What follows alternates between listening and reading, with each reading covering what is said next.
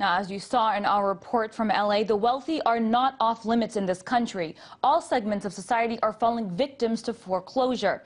And as average Americans continue to suffer, Wall Street plays an elusive role, one that has poured hundreds of millions of dollars into lobbying here in Washington, D.C. Of course, lobbying efforts for top lawmakers to stay aligned with Wall Street. Now, joining me to discuss this and how it's affecting Main Street is George Heminger of Survive and Thrive TV. Hey, George. Now, we're talking about a bill that was quietly passed in Congress with no public discussion or open debate. That would make it easier for banks to foreclose on people's homes, like the ones you were speaking to in your story.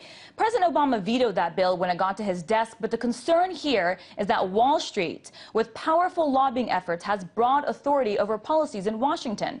Is this something that people you talk to are concerned with?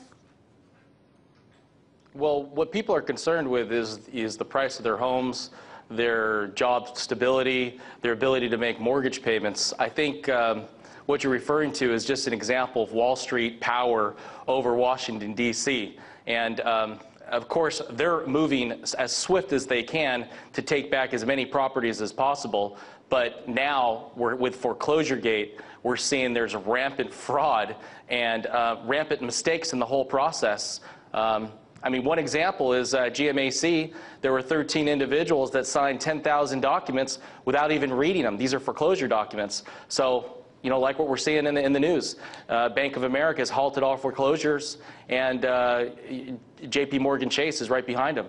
You know, it's incredible to think that a lot of these people who have lost their homes, it could have happened because of this fraud, because someone didn't look over their paperwork and process it the appropriate way. Now, let's talk numbers here while we're on Wall Street, because sometimes numbers actually translate into action. Now, the Center for Responsive Politics, a watchdog group, reports that Wall Street spent $250 million lobbying Congress this year alone.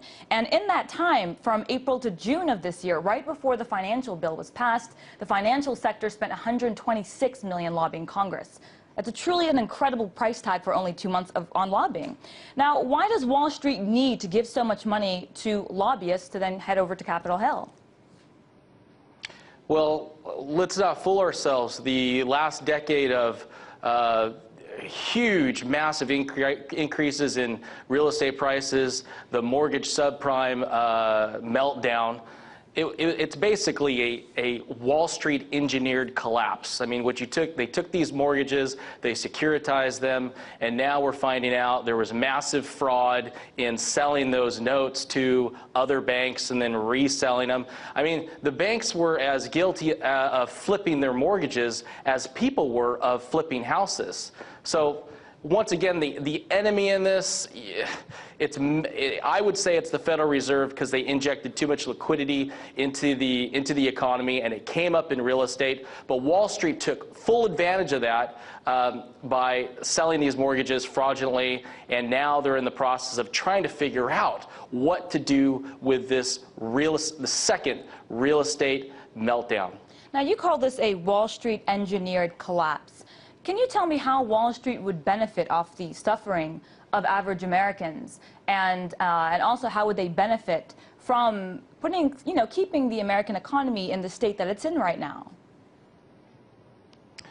Well, I think what happened is, I was in real estate for the last 10 years, and what happened is you had mortgage bankers and mortgage loan officers making $20,000, $30,000 a month selling mortgages. You had investment firms selling these mortgage-backed securities, making millions, if not billions of dollars.